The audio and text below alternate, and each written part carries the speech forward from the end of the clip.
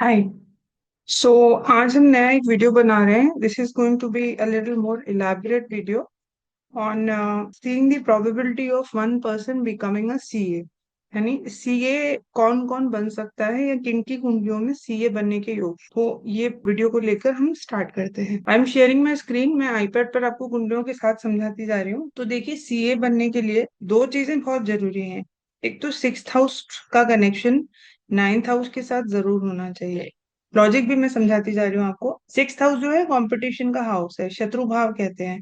तो कंपटीशन में बेसिकली आपको दूसरों को हराना होता है। तो इसीलिए जो सिक्स्थ हाउस है वो बहुत इंपॉर्टेंट है किसी भी कॉम्पिटेटिव एग्जाम देने के लिए। नाइन्थ हाउस इज जो direct connection to your government. तो जब आप कॉम्पिटेटिव एग्जाम सीए लेवल का दे रहे हैं तो definitely you want to compete with other people, and this exam that is going to be conducted through a government governing body. तो hence ninth house का connection sixth house के साथ बहुत prominent है। इसी कॉम्बिनेशन में अगर फिफ्थ हाउस का कनेक्शन हो जाता है तो ये एक एडेड एडवांटेज हो जाता है। यानी सिक्स्थ हाउस जो हमारे कंपटीशन को दिखाता है, नाइन्थ हाउस जो गवर्नमेंट के थ्रू कनेक्शन दिखाता है, ये बहुत स्ट्रांग होने चाहिए और इनका आपस में कोई कनेक्शन होना चाहिए। ये लॉर्ड्स मिलके कहीं बैठे हों, एक लॉर्ड दूसरे को एस्पेक्ट कर दे, म्यूचुअल एस्पेक्ट में हो या कहीं और पे हो। बट अगर बन रहा है तो हाँ, this gives a good probability of the person pursuing this profession of chartered accountant. Plus अगर उसकी दशा चल रही है तो वो इजीली क्लियर कर लेगा, दशा या अंतर दशा लेवल पे। तो ये चार्ट समझते हैं। मैं दो तीन चार्ट आपसे शेयर करती हूँ। ये देखिए, कैंसर असेंडेंट चार्ट है ना, कर्क लग्न का चार्ट है। इसमें आप देखेंगे तो बहुत सारे प्लैनेट्स डेबिलिटेटेड हैं। जनरली इन्होंने जब पहले कुंडलियां किसी और को दिखाई थी तो उन्होंने इस चार्ट को बहुत ज्यादा अप्रिशिएट नहीं किया था, क्योंकि देखिए सन नीच का है, मून नीच का है, जुपिटर नीच का है। इसको बोला था कि नहीं परस्यू करना चाहिए और ये सब। बट जब ये मेरे पास आए थे तो मैंने क्लियरली कहा था नहीं, दो yes planets are debilitated but ये एक अच्छा फॉर्मेशन है, बिकॉज यहाँ पर जो जुपिटर है, जुपिटर सैटर्न के साथ एक्सचेंज में बैठा है। ठीक है, देखिए जुपिटर मकर राशि में है और शनि पाइसिस साइन में है, मीन राशि में है। तो इन दोनों का एक्सचेंज है, यानी एक्सचेंज के बाद जुपिटर वापस पाइसिस में जाएगा और सैटर्न मकर राशि में आएगा।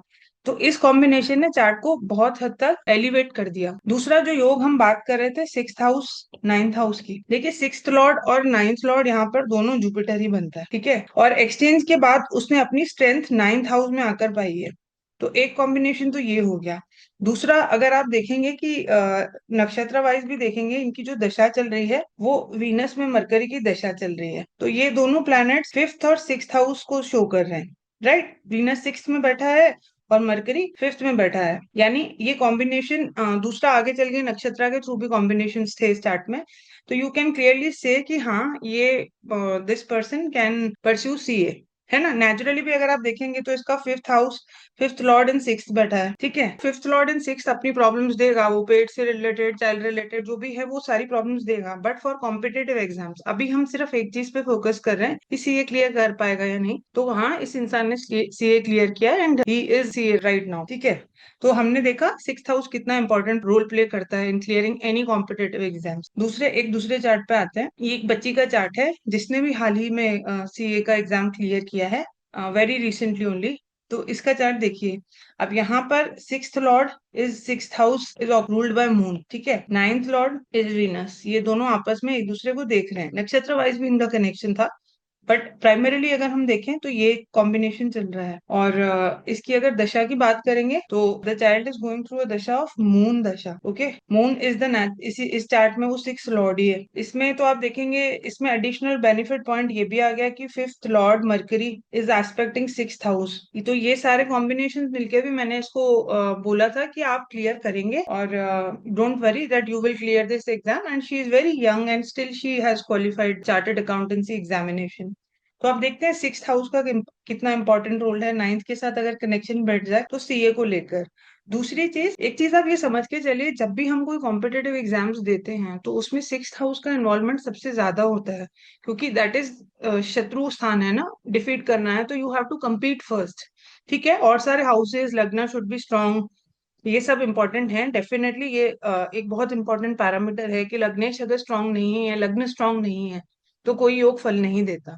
डेफिनेटली फर्स्ट पैरामीटर तो लग्नेश और लग्ना को देखना ही जाएगा। उसके बाद अगर आप चार्ट में प्रोबेबिलिटी ढूंढ रहे हैं कि चार्ट स्ट्रांग है या नहीं, whether they will qualify the exam और नॉट, तो 6th 9th and then go to 5th also. CA बनने के लिए इसके अलावा भी बहुत एक इंपॉर्टेंट चीज होती है कि सेकंड हाउस का भी इंपॉर्टेंट रोल होता है, प्लैनेट वीनस का। क्योंकि आपको पता है कि second house is the house which shows finance, right.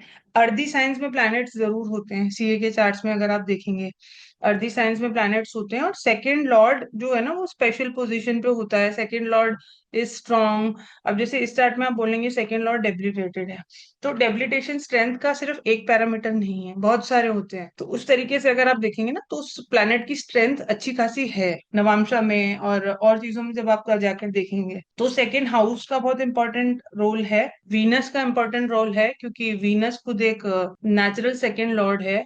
ठीक है, इसके अलावा अर्दी साइंस जो फाइनेंस को दिखाती हैं, अर्दी साइंस कौन सी होती है हमारे, 2, 6 और 10, यानी वृषभ राशि, कन्या राशि और मकर राशि। ये तीनों राशियां अर्दी साइंस होती हैं, तो इनका इंपॉर्टेंट रोल होता है। तो आप देखिए अगर आपके पास सीए के चार्ट हो या आपके पास ऐसे चार्ट आते हैं जब क्वेश्चन पूछते हैं लोग कि क्या ये सीए क्वालिफाई कर पाएंगे, तो पहले हमारी नजर जानी चाहिए लग्न लग्नेश पर। Second 6th house, 9th house, 5th house का कनेक्शन ढूंढना है, क्या ये दशा में एक्टिव है, अगर हाँ तो हाँ कॉन्फिडेंस से बोल सकते हैं। और अगर अर्दी साइंस में इनके बेनिफिक प्लैनेट्स बैठे हैं, सेकंड लॉर्ड अच्छी पोजीशन पे है या सेकंड लॉर्ड स्पेशल पोजीशन पे है, तो भी आप बोल सकते हैं कि हाँ ये they will have that connection. दूसरा एक और चीज जो इम्पोर्टेंट है जो आपको नहीं भूलनी है कि टॉरस राशि, टॉरस राशि पर भी आप जो देखेंगे जो नेचुरल 2 नंबर की राशि होती है उस पर भी बेनिफिट इम्पैक्ट होता है जनरली, या उस पर भी कोई स्ट्रॉन्ग इम्पैक्ट होता है फॉर बिकमिंग अ सीए। अब जैसे इस राशि में देखिए, इस चार्ट में जुपिटर 5वीं दृष्टि से टॉरस राशि को देख रहा है ना।